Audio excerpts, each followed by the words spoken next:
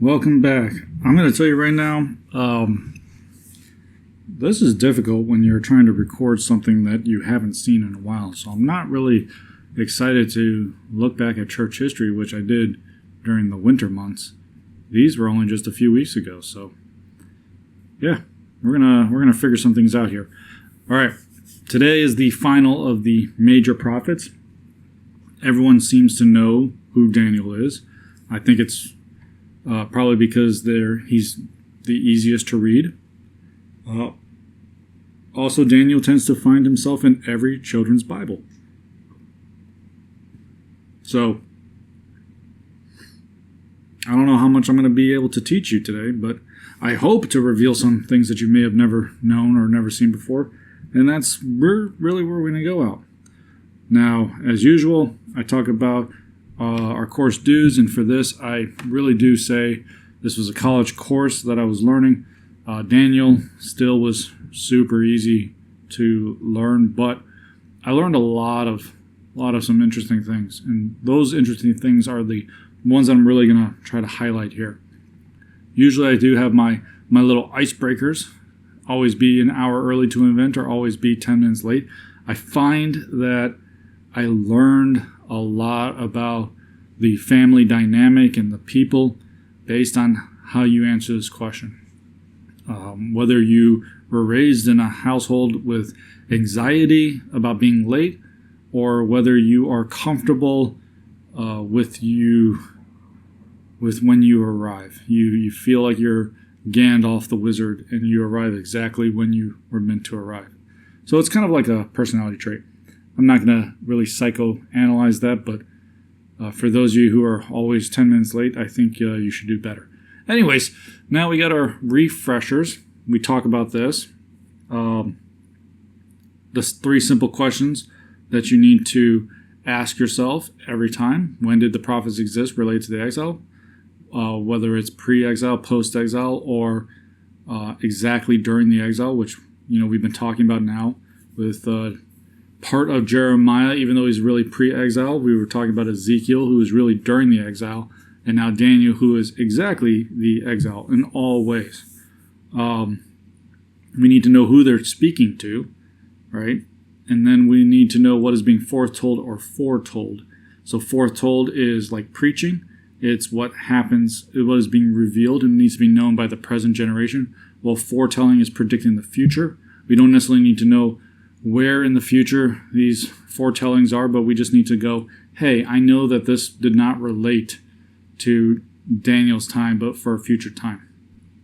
Because if you answer those, or you can't answer them, you're already risking misinterpreting the text, and that's kind of a no-no. All right, so we've been powering through these ones, and like I said, they're getting shorter and shorter. So now we're going to learn about Daniel, and I think this is going to be one of the shortest ones that we can get to, except for maybe one of the minor prophets. Anyway, so who is Daniel? If he ever pops up, there he is. So as a prophet, he actually never spoke publicly as the other prophets did. He didn't really, he doesn't match the structure of all the other prophets. He never refers to himself as a prophet. If you actually have the Hebrew Bible, you'll find that Daniel is lumped in with the historical writings, and coming in after the Song of Songs and Lamentations, and just before Esther. However, Jesus calls Daniel a prophet in Matthew 24. And we also know that Daniel's gift, as Ezekiel mentioned him as righteous and a wise man, which seems to go beyond what most normal people have. So it looks like there's more insight. Daniel means God is my judge, and only 2 other people in the Old Testament had this name. Now, one thing I never enjoyed is that Daniel gets to keep his name, but his 3 friends don't. My question is always, why did Hananiah, Azariah, and Mishael have to change their names, but Daniel didn't? I think this is an injustice, and we should restore their names to what it should probably be. That's just my take. So the book of Daniel is actually interesting in that while giving us many narratives, it really doesn't reveal much of his life. After reading all of Daniel, we really don't know much about him. What we know is that his ministry covers 70 years and that Daniel's story exists that part of Daniel in his story exists without Daniel. There are several chapters that he's not mentioned or he's not there. So, like Jeremiah, there are occasionally jumps in the narratives, but it's for the purpose of storytelling. It gives us this other picture. So, Daniel begins when Babylon has defeated the Assyrians in Nineveh, and they have waged war with Egypt. Now, being the dominant world power, Babylon took bribes from various nations however they can. One of those is when Judah gave an offering to Babylon for peace in 605 BC. Among them were noble families, including Daniel. So Daniel will serve the Babylonian government from 605 to 539 BC. And we'll see within the story of Daniel, as a captive, he is chosen to train and serve in the government. Nations actually historically do this by finding capable individuals and removing their identity. They change their names, they change their cultures, and they basically brainwash them to enjoy their new masters. And we see this exactly happen in Daniel 1, where the Hebrew boys are given the best food, clothes, and living conditions out of all of the captives. And in return, they're to become strong and bright for whatever role that the government may desire for them. Daniel's captivity is unique in that his gifts will be recognized by the Persians when they conquer Babylonia in 539 BC. So Daniel then is the perfect godly statesman. But we should also notice that his service is for the benefit of these foreign nations. So whether it's because he was in exile or because he never considers him a prophet, Daniel actually doesn't have the standard pre-exile or the standard threefold pre-exile message. He doesn't speak out towards the judgment or a need for repentance or restoration. His prophecy is more on the central message that God is sovereign regardless of which kingdom or king is in charge. It reveals that God controls the king of Babylon as much as he controls the king of Judah. And Daniel's book has this unique structure. We can look at it as it's split in two. The first 6 chapters are the court tales or the stories about government, while the last 6 chapters are about the apocalypse. And we can also see that this book can be split in two also based on the languages that they were written. Hebrew is used in Daniel 1:1. Daniel 1 verse 1 through Daniel 2 verse 4a, and then it picks up again in 8:1 through 12:13. Aramaic is used in those middle ones, which is Daniel 2:4b, and then through 7:28. The two languages reveals that there's probably, or the two languages then reveals this, the message has a message to the Hebrews or to Israel, and that there's a separate message to the Gentiles. And so the message to Israel would be the Hebrew portions, and the message to the Gentiles would be the Aramaic portions, the more common language. We can further look at the Aramaic portions and see that they are written like a mirror. Daniel 2 and 7. Daniel 2 and 7 are about dreams. 3 and 6 are about trials of faith. 4 and 5 are about judgment and the response of the king. And then chapter 12, as we see, is everyone's favorite because it's once again about the end of days. And that's all anyone ever wants to talk about when it comes to the prophets. So let's go over these 12 chapters. Let me make sure I get my transition here. So let's go over the 12. So chapter 1 is God's rule in bringing Daniel to Babylon. Chapter 1 describes the narrative of how Daniel and his friends were placed into these administrative roles. If you notice, they don't receive any new information, but instead are faithful to God through wisdom and adhering to some sort of honor to God. There is this discussion about the food and whether the honoring to God was because the Babylonian food was sacrificed to idols, but I don't find that this to be the strong reason as to why. Nowhere does it say that Daniel did it for this reason, and nowhere does it say that Daniel never eats and drinks the Babylonian food ever again, which would still be sacrificed to idols throughout his entire government service. Additionally, out of all of the things of the Mosaic Law, it seems like this is the only thing that they fought for. The symbol of faith appears more towards the mourning, which is that Daniel refuses meats and wines as the custom of the Jews during great sorrow or tragedy. And therefore, God's reward is that Daniel has accepted God's judgment and is faithful to what is coming. That's my take on this. Then we have Nebuchadnezzar's dream. So chapters 2 through 7 is really God's rule over the world empires. And it begins with Nebuchadnezzar's dream of the great statues. Nebuchadnezzar is the king of Babylon. And so though Daniel is extremely wise, we find that Nebuchadnezzar is just as wise. In his disturbing dream, Nebuchadnezzar does not tell anyone what his dream is so that they may interpret it. Instead, he tells them that if they can interpret it, they should know what it is as well. Since they cannot do this, Nebuchadnezzar declares that all of them should be killed. Daniel, however, is also in the same category and would be executed. The point is that Daniel has the same training and the abilities as the others, so the difference between Daniel and all the other magicians is God. Daniel prays to God and submits himself.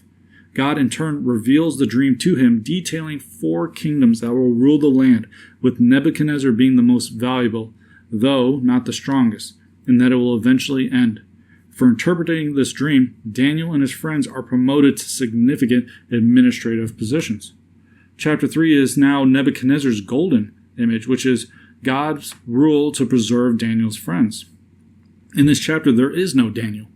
The assumption is that he is out on ambassador duties. So the focus is now on the Babylonian names of Shadrach, Meshach, and Abednego, or Hananiah, Azariah, and Mishael. While the 3 were silent during chapter 1, now they are the representations of faithfulness. The irony is that Nebuchadnezzar is the one who destroyed Jerusalem, killing thousands of Jews and burning it to the ground, but he is unable to kill 3 righteous Jews in his own backyard. This is not just a demonstration of God's power, but also that his protective power is not limited to just in Israel. Most remember the 4th in the fire to be Jesus, but the reference in Daniel must mean we are open to the interpretation that it could be an angel like Michael or Gabriel. The term can be translated Son of God or Son of Gods. These are common titles of angels, and it doesn't refer to the covenant name. So that's just kind of a pushback on the, hey, this is always Jesus. Regardless, the purpose is that God delivers them from harm. Now we have chapter 4, which is Nebuchadnezzar's dream of the tree. And it's God's rule that humbles Nebuchadnezzar. The next chapter changes to a first-person account. So by chapter 4, only 2 chapters are about Daniel. Now the literature reads that about Nebuchadnezzar's dream in which his arrogance is punished. In this way, he becomes like a beast for 7 years until an appointed time when his sanity returns. While many people will deny these accounts, historical accounts actually show that there is a period in Babylonian history where Nebuchadnezzar is not ruling for approximately 7 years. No reason is stated as to why, but unlike modern history, and even partially like modern history, they don't seem to record something that is embarrassing as their king going insane, which we've kind of learned recently with a lot of our own politicians. So what this shows is that despite the number of times Nebuchadnezzar has proclaimed the greatness of Yahweh, he continues to return to his own pride and arrogance. And it's a stark account of our condition without the Spirit. Now, we move into chapter 5, which is now Belshazzar's feast. And God's rule judges the forgetful Belshazzar. I said that these literature structures are like a mirror or a folding book. So now we suddenly jump in time to 539 BC, just before the Persian king Cyrus conquers Babylon. I gotta mispronounce his name. Nabonidus is the current king, and he has left the throne and his son and co-regent Belshazzar in charge. So Nebuchadnezzar, though Nebuchadnezzar is named the father, This is a statement of forefathers, and Belshazzar is actually the grandson. And now what Belshazzar does in this time where he is now playing acting king is he throws a party, and he uses the cups from the temple of Jerusalem as his silverware as they praise idols with it. So they're using things to worship God, to worship these false gods. Writing appears on the wall, and none of the advisors are able to interpret the writing except for Daniel. Now, while Nebuchadnezzar's arrogance was humbled, Belshazzar's arrogance never does. Therefore, even though he places Daniel high in charge, Belshazzar dies that night for his pride, and Darius the Mede will now conquer Babylon and be made king. And that moves us to chapter 6, which is Darius's decree. God's rule preserves Daniel in the den. We see the parallel with the furnace account. The test now is on Daniel to obey God despite an ungodly decree. This time, Darius is the king, and Daniel is a trusted advisor of his. So remember, Daniel was made third in command, and when Darius takes over, having no ties to the Babylonians, it looks like he has maintained Daniel in the same position. Unfortunately, the other rulers of the regions appear to conspire against Daniel, and they trick Darius into making a law that if anyone prays to anyone other than the king, they will be executed by lions. Darius signs this, but not because of malicious thought, but is just not acting out of wisdom. So as Daniel prays, like he normally does, he is arrested and ordered into the lion's den. While Nebuchadnezzar asks whose God will spare the 3 Hebrew men, Darius asks that God save Daniel. And an angel then closes the lion's mouth, and Daniel is restored in position, and those who deceived the king were thrown into the pit where the lions devoured all of them.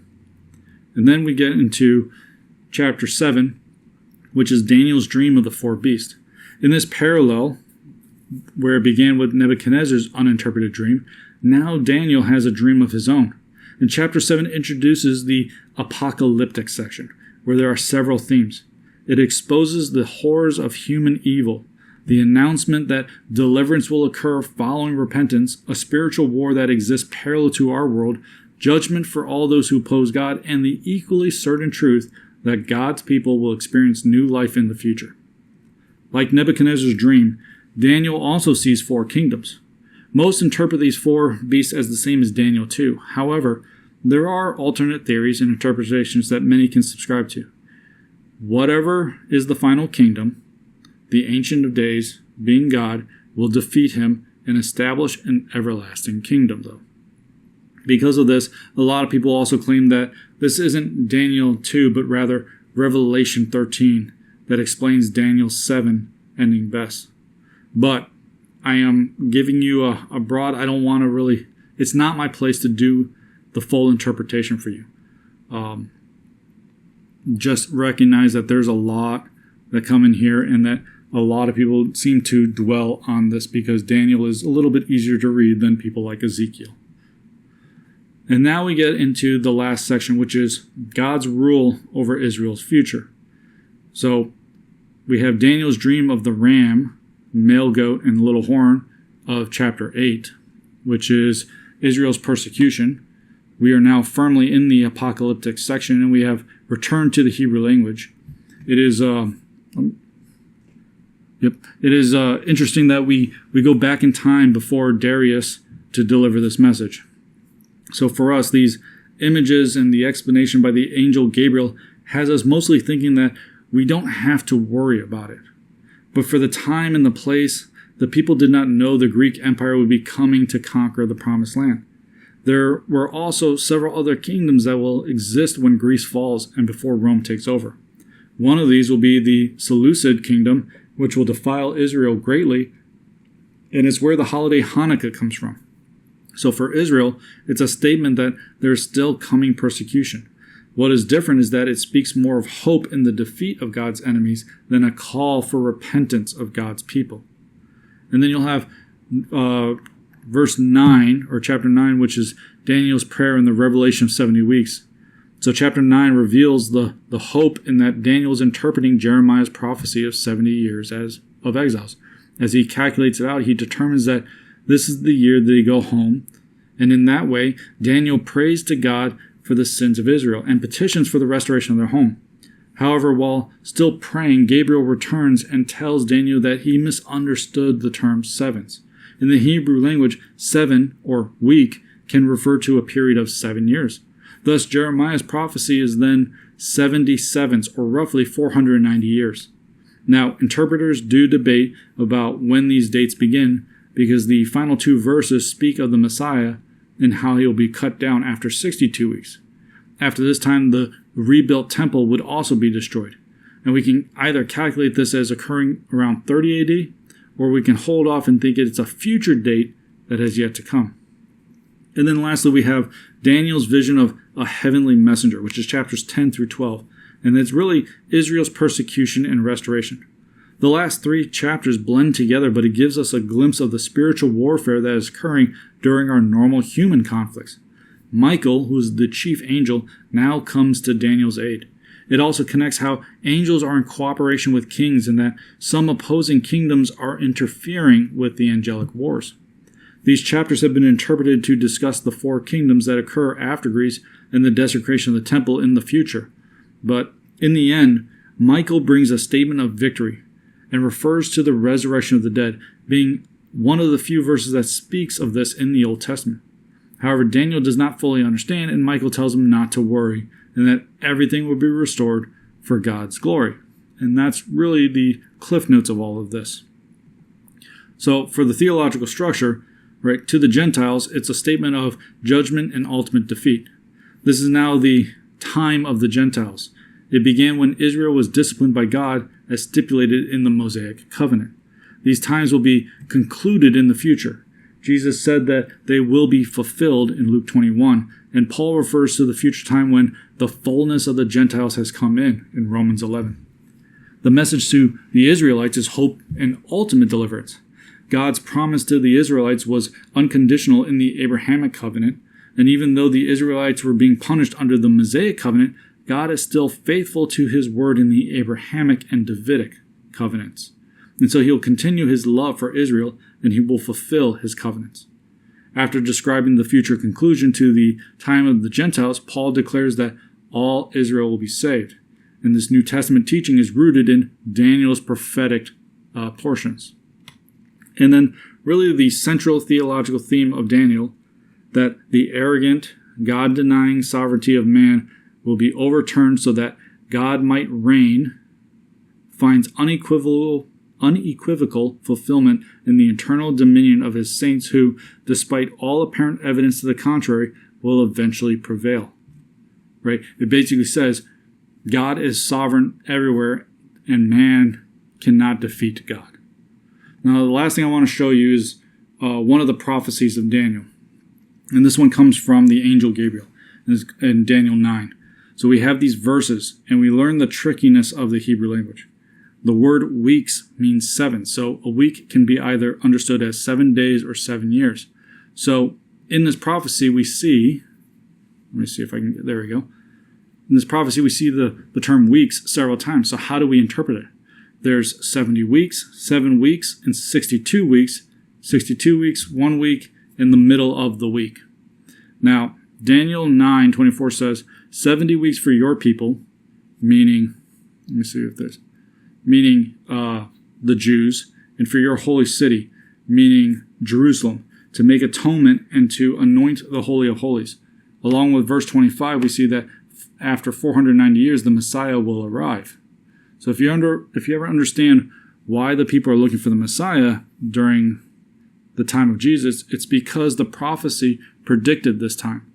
There could be 2 times that these weeks could begin, but if we assume that the date where the 70 weeks begins as 457 BC, let's see if there, 457 BC, which is when the funds were collected to begin the temple, then 490 years later comes to 33 AD, which is when Jesus will go to the cross.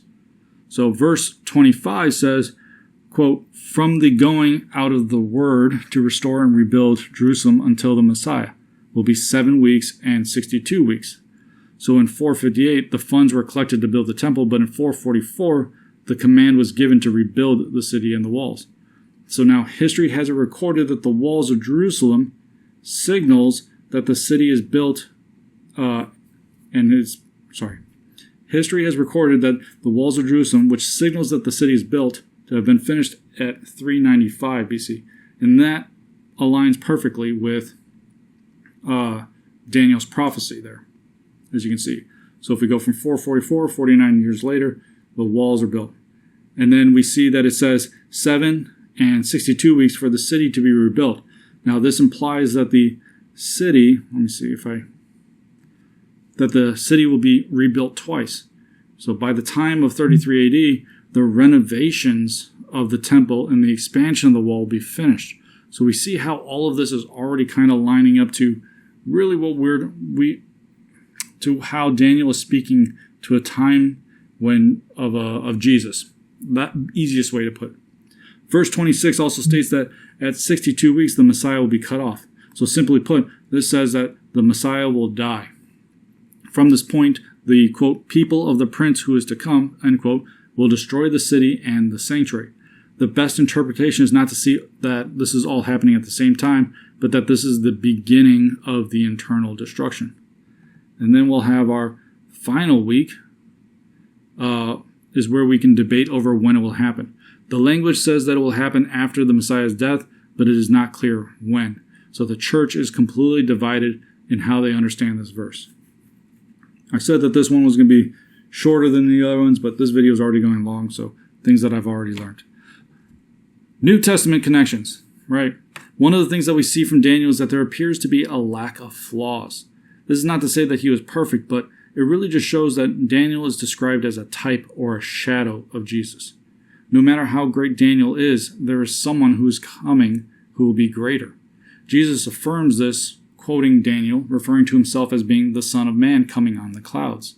And there are also 100 other allusions normally found in a cross-reference to Daniel.